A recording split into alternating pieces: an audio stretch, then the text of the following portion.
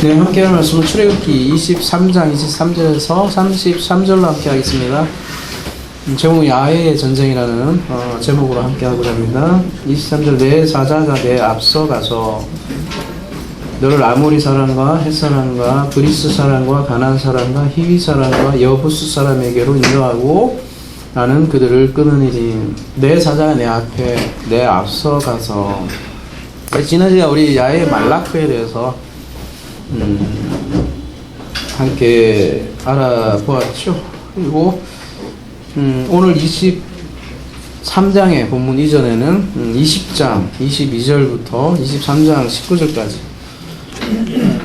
소위 말하는 언약 책이라고, 뒤에서 이제 언약서라고도 나오는데 언약의 책이다 이렇게 하는 부분에 대해서 우리가 그동안 알아봤고요. 그 언약의 책의 마지막 부분에 야훼의 말라크에 대해서 나오고요.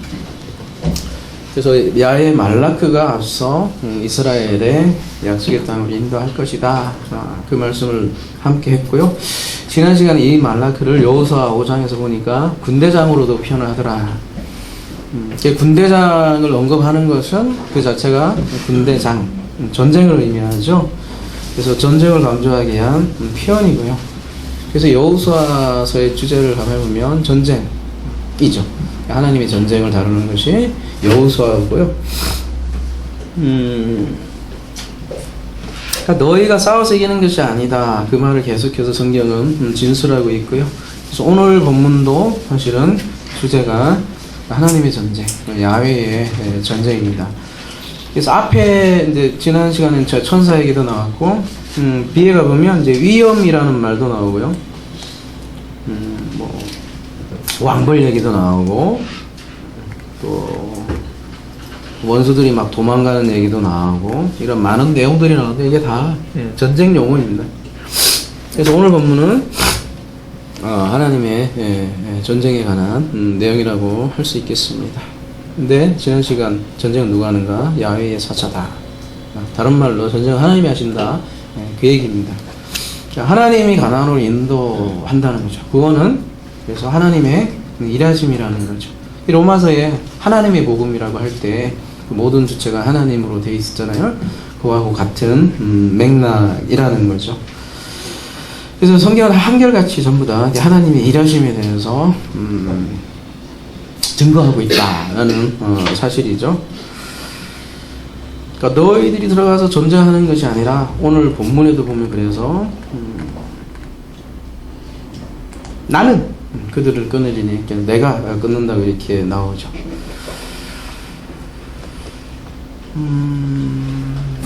지난 시간에 그 군대장을 계시록과 연결해서 함께 봤는데요. 다시 한 번만 더 볼까요? 요한계시록 19장 13절입니다. 요거를 안 달았구나. 또 그가 피 뿌린 옷을 입었는데 그 이름은 하나님의 말씀이라 칭하더라. 하늘에 있는 군대들이 누구라고 그랬어요? 바로 교회들이라고 했어요. 성도들이라고 할 수 있고요. 그죠? 하늘에 있는 군대들이 희고 깨끗한 세마포옷을 입고 백마를 타고 그를 따르더라. 그리스도를 따르는 거죠. 그러면서 그의 입에서 예리한 금이 나오니 말씀이죠. 그것으로 만국을 치겠고 친히 그들을 철장으로 다스리며 또 친히 하나님 곧 전능하신 이의 맹렬한 진노의 포도주 틀을 밟겠고.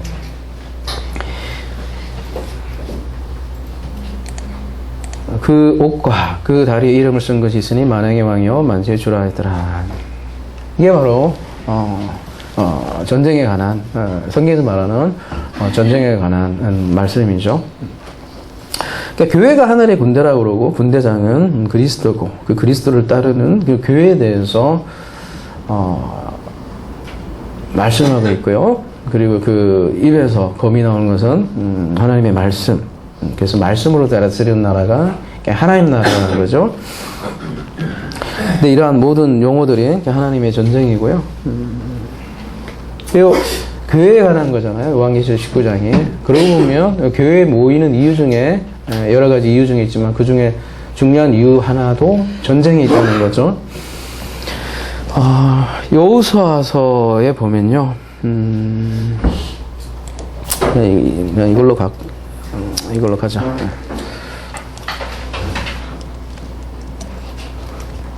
아주 유명한 말씀 있잖아요. 강하고 담대하라. 너는 내가 그들의 조상에게 맹세하여 그들에게 주리라 한 땅을 이 백성에게 차지하게 하라. 강하고 담대하라.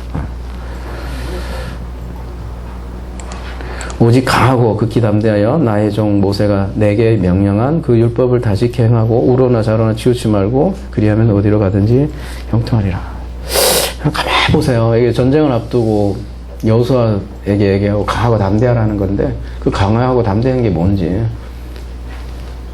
막 싸움을 할 때 쫄지 말고 강하고 담대하게 싸워라 그런 내용인지 아니면 그죠?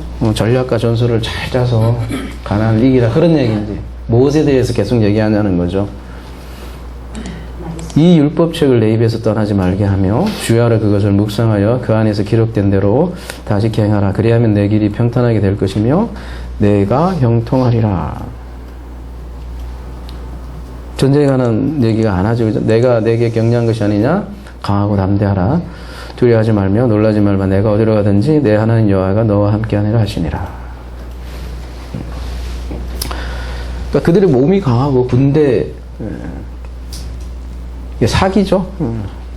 군대 사기가 높아져서 전쟁을 승리하라 그런 얘기도 아니고요, 그죠? 계속해서 강조하는 게 율법에 대해서 지금 오히려 말하고 있더라는 거죠. 그래서 여호수아가 어떤 정복 전쟁이라기보다는 여호수아 자체가 성경에서 말하는 그 전쟁, 말씀에 대한 전쟁이구나라는 걸 우리가 이렇게 알 수 있는 것이죠. 군법에 대해서 얘기하는 것도 아니고 바로 말씀에 관한 말씀을 계속해서 하고 있는 거죠. 그래서 오늘 본문으로 다시 돌아오면 24절 너는 그들의 신을 경배하지 말며 섬기지 말며 그들의 행위를 본받지 말고 그것들을 다 깨뜨리며 그들의 주상을 부수고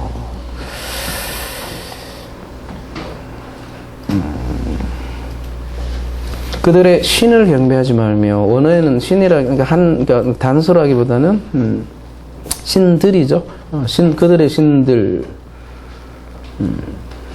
그들의 신들을 경배하지 말고 섬기지 말라. 경배하지 말고 또 섬기지 말고 이 둘 다 예배 용어인데요. 그들의 신들을 예배하지 말라 그렇게 얘기하고 있는데요. 그들이 만든 신 여러분 그걸 우상이라고 하잖아요. 여러분 우상이 무슨 뜻일까요? 우상 아이돌 예. 아이돌이기도 하고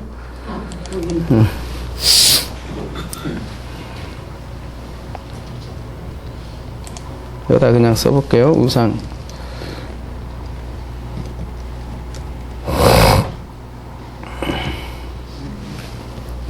요번에 그죠? 제일 첫 배 나오네 그죠? 작죠?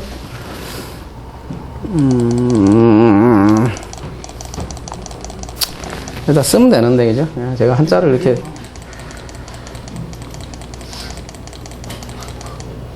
자, 이만하면 잘 보이죠 그죠? 우상 이거 형상이니까 그죠? 우자를 가만히 보면 이게 우자가 무슨 뜻일까요 여러분? 일단 사람의 인변이네 그죠? 사람의 인변에다가 옆에 우자 사람의 우자가 원래 짝이란 뜻이에요. 짝 사람의 짝 사람이 만든 짝 허수아비 사람이 만든 허수아비 그걸 우상이라고 얘기한다. 사람이 만든 허수아비. 근데 가나안이 섬긴 그 우상 신들은 말하자면 풍의 신이었죠 그죠? 근데 그게 자기의 욕망의 상물이었고 아니면 재물의 신들이었고 이렇게 자기 바깥에 어떤 상을 하나 만드는 거죠 짝으로서. 그래서 그 자기 바깥에 있는 그 어떤 허상의 존재를 우상이라고 이렇게 얘기하는 거죠. 한자 얘기할 땐 여기다 이렇게 써야겠다. 놔두고.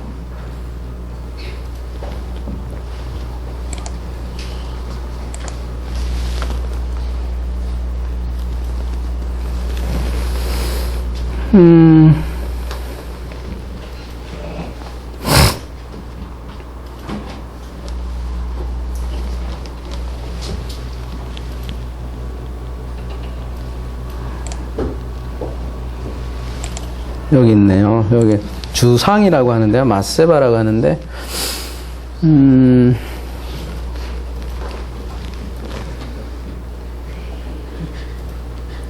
주상 전화? 아, 그런 거예요? 그런 말. 원래 주상이라는 게 밑에 보면 기둥이잖아요, 기둥. 그죠? 뭐, 기둥뿌리 뽑힌다, 뭐 그런 얘기도 하나요, 그죠? 여러분들 야곱도 보면, 35장에 보면 기둥 하나 세우거든요, 그죠? 그리고 출애굽기 이제 다음 주에 나누는 출애굽기 24장도 가보면 기둥을 세우거든요. 출애굽기 24장 4절에 보면 모세가 여호와의 모든 말씀을 기록하고 이른 아침에 일어나 산 아래에 제단을 쌓고 이스라엘 12지파대로 12기둥을 세우고 기둥을 세우거든요. 그리고 야곱도 기둥을 세우고 그러니까 그들의 기둥이 있고 이스라엘의 기둥이 있네요. 그죠? 근데 이 기둥이라는 게 말이에요. 보면 디모데전서 가볼게요.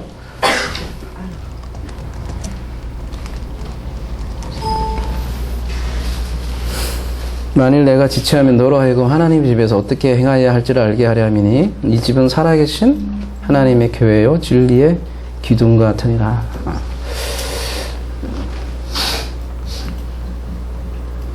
계시록 3장 12절 가볼게요. 이기는 자는 내 하나님 성전의 기둥이 되게 하리니. 이런 기둥도 있거든요. 성경에는. 그죠? 기둥이 된다. 우리 장남은 집안의 기둥이다. 뭐 이런 얘기도 하듯이. 그죠? 그들이 뭔가 뭐라 해야 되나 중심축이 되는 뭔가를 기둥이라 하죠. 근데 그들의 기둥을 어떻게 하래요?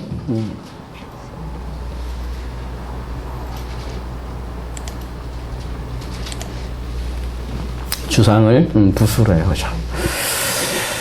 기둥을 그들의 성전을 부수고 그런 내용이 사실은 계시록에 쭉 나오잖아요. 그죠? 바벨론이 멸망하고 거짓 성전이 무너지고 그들의 기둥이 무너지는 그런 장면이 요한 계시록 내용이고요. 그게 전쟁의 개념이죠. 그래서 요한계시록은 사실 그래서 야외 전쟁이라는 개념은 요한계시록에 사실 잘 담겨 있죠. 그 다음에요. 그래서 25절 내 하나님 여호와를 섬기라. 그리하면 여호와가 너희 양식과 물의 복을 내리고 너희 중에 병을 제하리니 내 나라에 낙태하는 자가 없고 임신하지 못하는 자가 없을 것이라. 내가 너의 날수를 채우리라. 그러니까 여호와를 잘 섬기면 또 양식과 물의 복을 내린다니까. 그죠? 여호와를 잘 섬기면 어떻게 되는 거예요?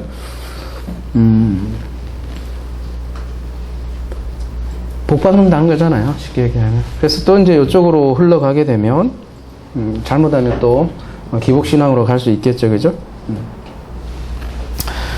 그럼 하나님 잘 섬기면, 물질 축복 받는다. 이렇게 적용해버리면, 주가, 뒤에가 가게 되죠. 그죠? 물질이 주가 돼버리는 거죠. 그리고 하나님은 그 물질을 잘 주기 위한 하나의 종으로 다시 전락하게 되고요. 그렇다면 성경에서 계속 얘기하는 가나안 신과 뭐가 다르냐는 거죠. 가나안 신이 바알인데 풍요의 신인데 그 풍요의 신과 뭐가 다르냐는 거죠. 농사를 잘 되기 위해서 섬기는 그 신과 그러면 또 뭐가 다르냐는 거죠. 바알인데요. 바알이라는 뜻 자체 주인이라는 뜻이거든요. 남편이고 다른 남편. 아까 다른 자 그 우상이라고 하는데 분명히 성경에서는 두 주인을 섬길 수 없다고 하는데 그러면 또 하나님을 잘 섬기면 복을 주실 거예요. 그죠?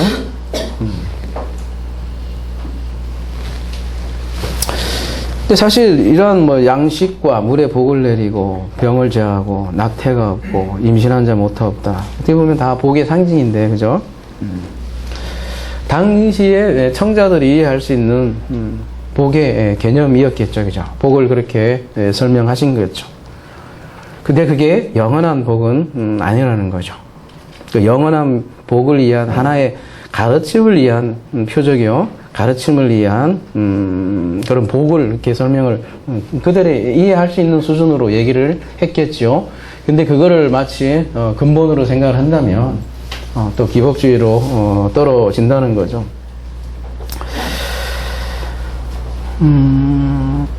여러분 실제로 하나님을 사랑하면 어떤 면에서 물질적으로 더 풍요하지 못하는 경우가 훨씬 더 많고 성경에 줄들이 빡빡 많이 나와 있어요. 그리고 심지어 하박국 선지자는 이렇게 고백을 하고 있어요. 뭐라고 되어 있냐면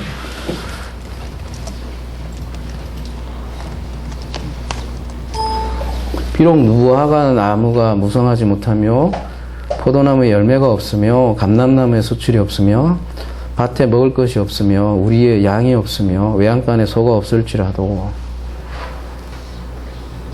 이게 뭐 복음성가도 나오잖아요. 그냥 신나는 템포로 나오죠, 그죠? 말이 신나지 이거 무슨 얘기야 이게? 쫄딱 망했다는 거잖아요, 그죠? 뭐 어렵게 생각할 것이 내가 쫄딱 망했다는 거잖아요, 그죠? 나는 일은 아니에요, 그죠? 근데 그럼에도 불구하고 나는 여호와로 말미암아 즐거하며 나의 구원의 하나님으로 말미암아 기뻐한다. 내가 쫄딱 망했는데 또 기뻐하는 이유는 나는 여호와로 말미암아 즐거한다 이렇게 하잖아요. 그 얘기 거꾸로 얘기하면 앞에 거 다 보태도 이 여호와가 근본이라는 거잖아요. 성경에서 이렇게 진술을 하고 있는데 갑자기 그러면은 너희는 이거를 다 그죠? 예수를 믿으면 너희 집안 하나도 안 망하고 사업에도 잘 되고 그죠? 근데 가만히 보면 잘 망하던데 뭐 90% 이상은 망하던데 그죠? 꼭 그 뭐지? 그 개업 예배는 하잖아요 그죠? 폐업 예배는 안 해. 축구도 안 해. 그죠?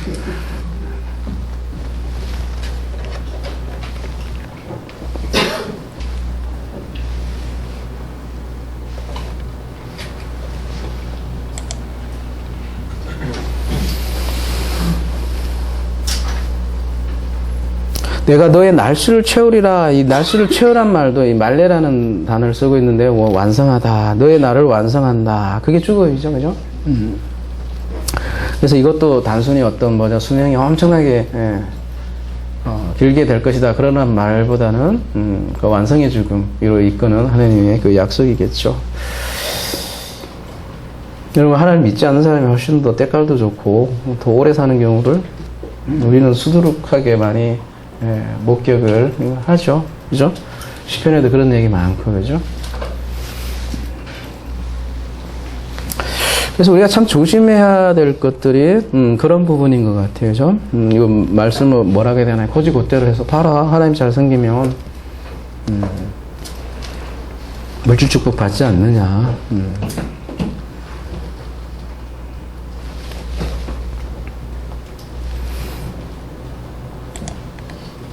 27절 내가 내 이름을 내 앞서 보내어 내가 이를 곳에 모든 백성을 물리치고 내 모든 원수들이 내게 등을 돌려 도망가게 할 것이며 이엄을 내 앞서 보내어 이렇게 얘기하네요. 그죠? 앞에는 앞에 보낸다고 하고 지금은 이엄을 보낸다. 곧 사자 얘기이기도 하겠죠. 그죠?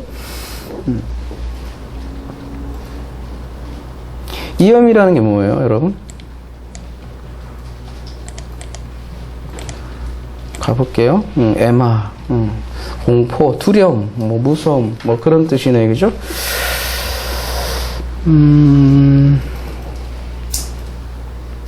기생 라합의 고백을 보면, 이게 무슨 얘기인지 알 수 있을 것 같아요. 여호수아 가볼게요.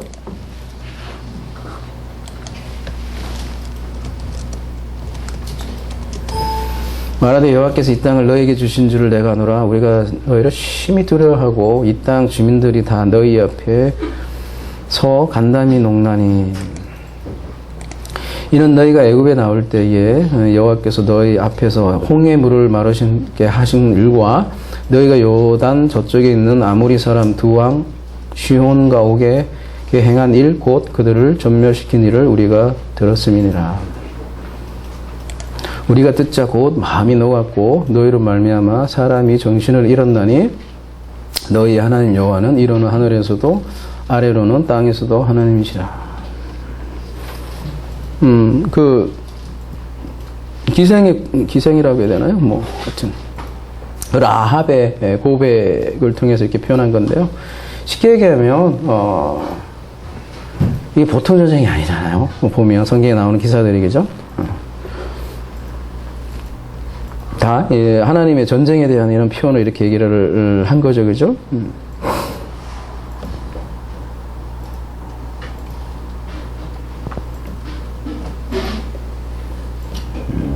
하나님이 하신다는 거죠. 그 하나님이 하신다는, 그러니까 전쟁을 하나님이 하신다는 표현을 다음 구절에서 똑같이 얘기하는 건데요. 왕벌도 나오는데, 내가 왕벌을 내 앞에 보내리니 그 벌이 희족속과 가난족속과 해족속을 내 앞에서 쫓아내리라. 이 왕벌이라는 게 사실 많이 나오지는 않는 단어예요.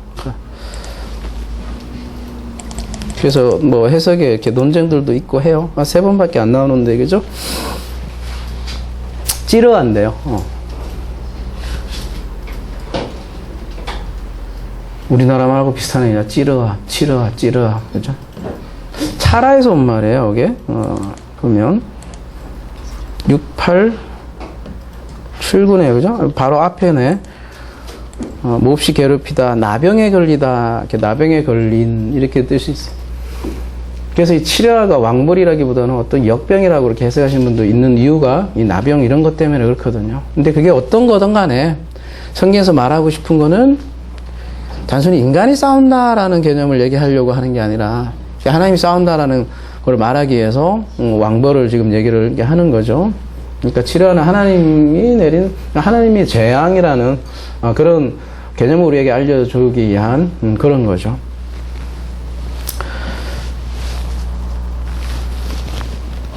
여러분 계시록 때 보면 우리가 계시록 9장 3절 가볼게요. 황충이라는 게 나오죠, 그죠? 황충이 뭐죠? 기억나십니까? 여기서 이제 메뚜기예요, 그죠? 아크리스라고 해서. 그 팔레스타인의 메뚜기는 어떤 존재들이죠? 어마어마하죠, 그죠? 메뚜기 떼가 쫙 지나가면 그냥 살벌하다는 거죠. 싹 뜯어먹고, 그죠? 근데 이제 이 메뚜기를 얘기한 건 아니라고요. 근데 요한계시록 9장에서는 말하자면 어떤 군대를 형상하게 해서 황충으로 묘사한 거예요.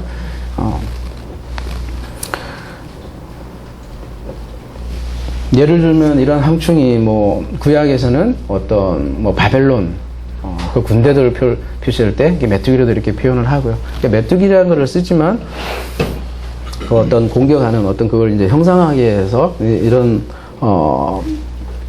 단어를 쓰는 거잖아요, 그죠?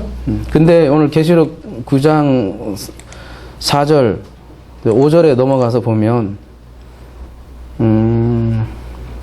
우리 11장이야.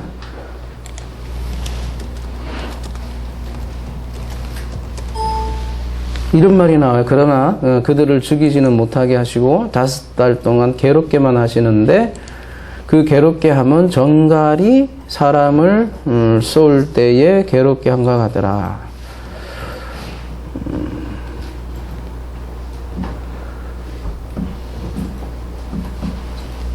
아까 여러분 찌르아라고 했죠?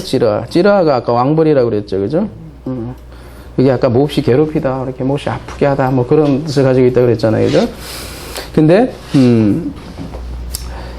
10절에 가볼게요. 10절에 가면 계시록 10절에도 보면 또 이런 표현이 있는데요. 그 전갈과 같은 꼬리 오는 살이 있어 그 꼬리에는 5달 동안 사람을 해야 하는 권세가 있더라. 이게 쏘는 할 때 이 쏘는 게 이건 가볼게요.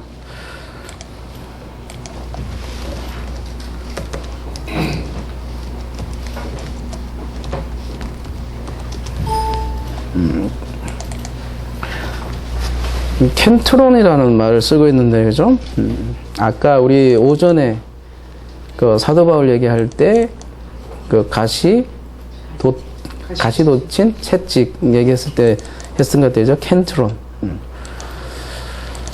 6번 나오네, 그죠? 그래서 아까 사도행전 뭐예요? 아까 요거 오전에 살펴봤죠, 그죠? 가시채를 뒷발질하기가 내게 고생이다, 이렇게 얘기했을 때 그 켄트론을 쓴다는 거죠. 근데 그 소를 이렇게 모을 때 쓰는 그 막대기 혹은 그 가시 이렇게 달린 채찍을 얘기하는 게 켄트론이라는 거죠. 근데 이 켄트론이 고린도전서 15장 55절에는 어떻게 써 있냐면 사망아 너의 이기는 것이 어디 있느냐, 사망아 너의 쏘는 것이 어디 있느냐, 이렇게 표현하고 있네요. 고린도서 15장 55절이죠.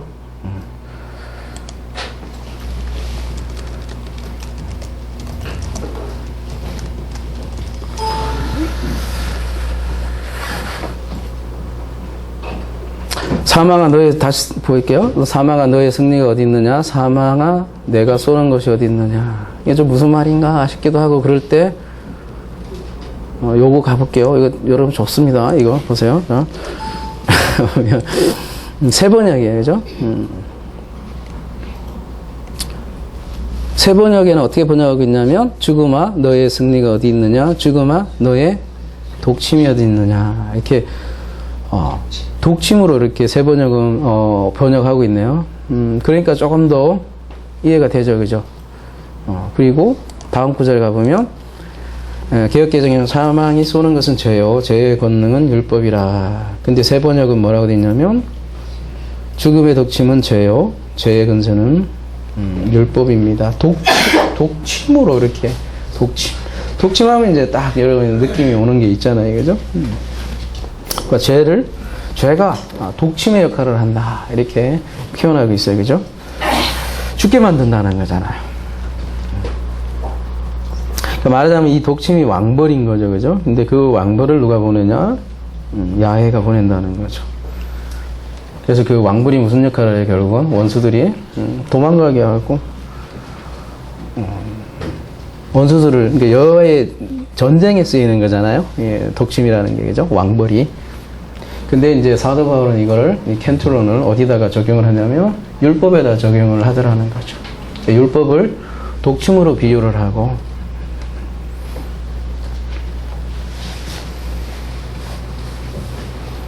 율법이라는 게 그러고 보면 하나님의 전쟁 도구로 사용되는 거죠.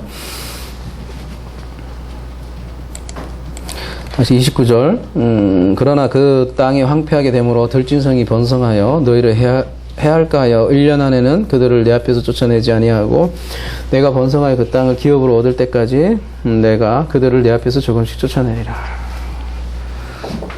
이제 출애굽기 말고 뒤에도 가보면 그 대적들이 이게 시원하게 한방 팍 그냥 쓸어버리면 좋을 텐데, 그죠?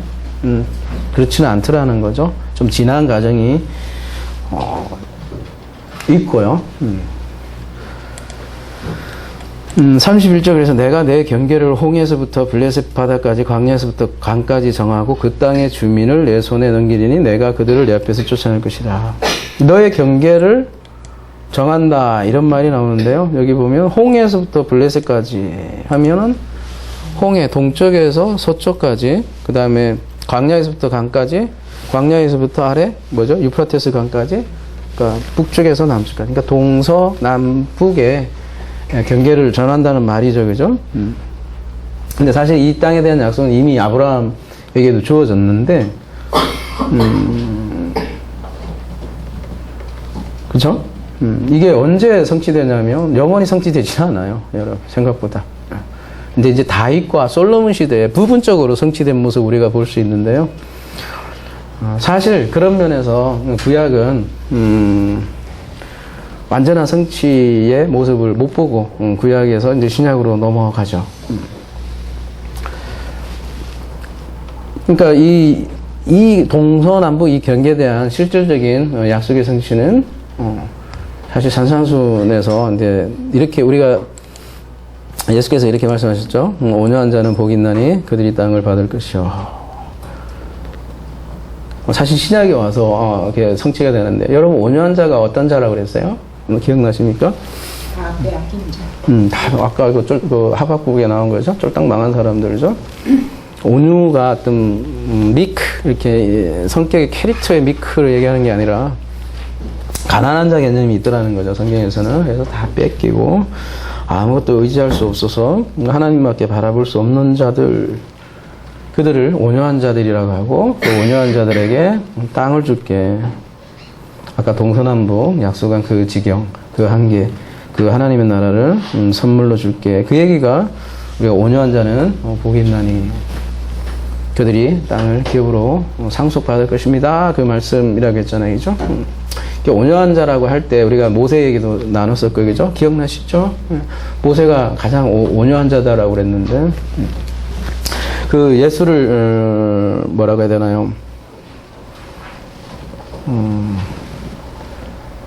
예수께서 그 모세에 해당하는 그 언어를, 그죠? 자기에게 적용을 해서 나는 온유하고 겸손하다. 이렇게 얘기를 하고 있는 거죠. 모세가 온유한 것은 단순히 성격이 유순하다라는 그런 의미라기보다는 하나님을 대면해서 알고 하나님과 굉장히 친한 그런 개념으로서 온유한 자다 이렇게 얘기했다고 우리가 산상수훈에서 이렇게 나눴던 것 같아요. 그죠? 그러한 자들이 어떻게 해다? 그러니까 가난한 자들이에요. 다 빼앗긴 사람들이에요. 아무것도 의지할 수 없는 그들에게 오히려 찾아가서 친구로 만들어서 그 땅을 상속하는 내용이 바로 이 온유에 대한 그 약속이었다는 것이죠. 그래서 그런 면에서 보면 아까 그 위험에 대해서 에마, 그죠? 위험에 대해서 얘기한 기생 라합도 보면 이런 그 고증에 보면 그 성 위에 어떤 집이 이렇게 세워져서 거기서 이제 살았다는 거죠. 여러분 성 위에 옛날에는 이렇게 지나가는 길들이 있었어요. 그러면 그거 한 2, 3m 된다고 거기에 이렇게 집을 지었고 이렇게 살았으니 참 인생 가연 진짜 절박한 여인이었죠. 살아가는 거 보면 어떻게 보면 땅 한 푼 없는 여인이었는데 그녀가 하나님 나라를 취하는 장면이 여호수아라는 거죠. 그리고 그 안에 있던 가나안에는 진짜 왕들이죠. 위세당당했던 그들은 다 초전박살나죠, 그죠?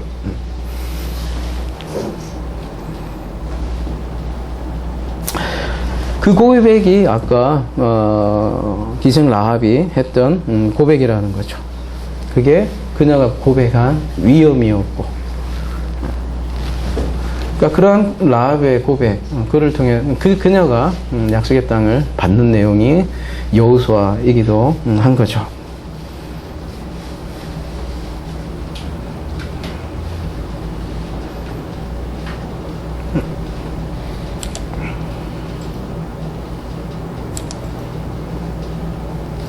아, 이걸로 봤구나. 네, 그래서 헷갈렸다.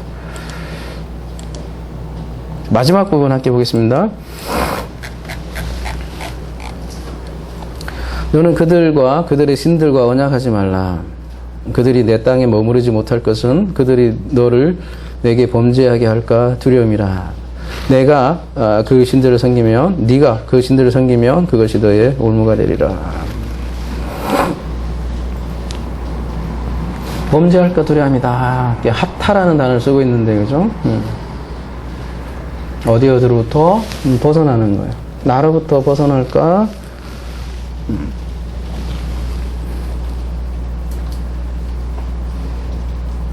나로부터 벗어날까 두려움이라. 이런 얘기를 하는 거죠, 그죠? 길에서 벗어나면, 그래서 이제 올무가 된다. 이렇게 얘기를 하는 거죠. 올무라는 게 뭐예요? 짐승에? 올가미 같은데 이렇게 딱 잡히면 죽잖아요. 그죠? 그래서 다른 신들과 언약하지 말라. 그렇게 얘기하죠. 그리고서는 나오는 내용이 뭐예요? 누구와 언약을 할 거예요, 그러면? 그게 이제 24장에 소위 말하는 언약, 체결에 대한 내용이 나온다는 거죠. 그래서 여호와의 전쟁에 대해서 계속 얘기를 하고 있고, 그 전쟁은 왕벌이 여호와의 사자가 하는데, 그러면 너희들이 지금 신경 쓸 것은 뭐냐? 그거밖에 없다라는 거죠. 뭐요?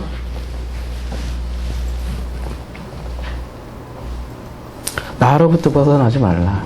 그렇죠? 내가 전쟁을 하니까 나로부터 벗어나지 말라. 이게 신신당부하는 장면이 오늘 본문이겠죠. 그 전쟁에 관한 내용을 카페에서도 누군가 글도 올리고 했더라고요. 그죠? 우리는 하나님이 살려준다 그런 얘기를 많이 하고, 그죠? 생명을 얘기를 많이 하고, 구원 많이 얘기하고, 그렇게 얘기하지만, 사실, 오늘 오전에 로마서 때도 말씀드렸던 것처럼 사실은 어둠부터 출발을 한다는 거죠. 지옥으로부터 출발을 하고 거기로부터 바다를 해서 아포리조를 해서 구별해서 빛으로 인도한다는 거죠. 그러니까 성경이 말하는 전쟁은 어떤 미디안도 아니고 사실은 가나안도 아니고 그 외부의 적이 아니라는 사실이죠. 사실 가장 하나님을 대적하는 그 대적자는 바로 이 성경을 읽는 독자 한 사람 한 사람인 나라는 사실이죠. 거기로부터 치고 들어오는 전쟁을 야훼의 전쟁이라고 하는 거죠.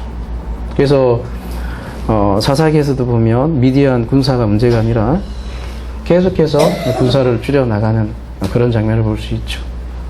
그리고 전쟁이라고 해봐야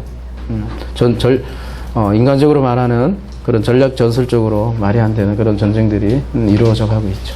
그래서 성경에서 말하는 전쟁은 결국 나에 대한 거죠. 하나님이 나에게 침공하는 그런 장면이고 그 속에서 내가 기생 라합같이 결국은 그렇게 고백하게 되는, 결국 내가 손드는, 그죠? 결국 사도 바울이 내가 계속 그 켄트론으로 스스로 내가 독침에 맞고 애를 쓰고 있구나를 발견하면서 그 어둠에서 빛으로 들어오는, 그리스도가 빛으로 사도 바울에게 임하지 않습니까? 그런 과정이 성경에서 전체적으로 얘기하는 거라는 거죠. 그래서 전쟁은 성교를 위한 전쟁을 얘기하는 것도 아니고요, 여러분. 곧 나에 대한 전쟁을 하나님께서 선포를 하고, 그러니까 하나님이 내가 이겼다라고 하는 하나님의 전쟁 승리, 그거를 요한계열이라고 한다는 거죠. 그렇게 여호와의 전쟁 앞에 손을 드는 것을 온유라고 한다는 거죠. 그래서 그 참 하나님과 언약을 맺는 것, 언약이 결혼이잖아요, 그죠? 참 결혼 관계에 들어가는 것. 그래서 24장은 그런 결혼 장면이라고도 할 수 있고요. 그거를 구원이라 이렇게 얘기를 하는 거죠. 그러면 앞에 얘기했듯이 모든 그런 말씀들이 이제는 더 이상 양식과 물에 복을 준다니까 그 양식, 또 그 물, 우리가 그전에는 그 양식, 그 물을 보았지만 이제는 양식이 변하고 물이 변하고, 아들도 마찬가지잖아요. 그 자녀를 얻는 것, 임신하지 못할 자가 없다고 하는데, 다 구원의 과정이라는 게 아버지의 아들을 낳는 이한 톨레드트 아니겠습니까? 나도 그러한 영원한 복이죠.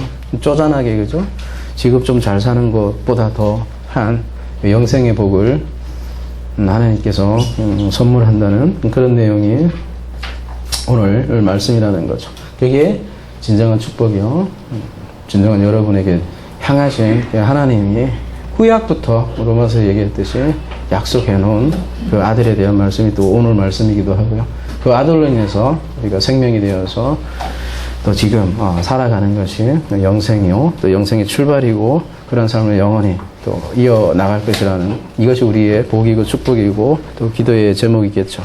이러한 축복이 우리 하나사랑에게 함께하기를 기도합니다.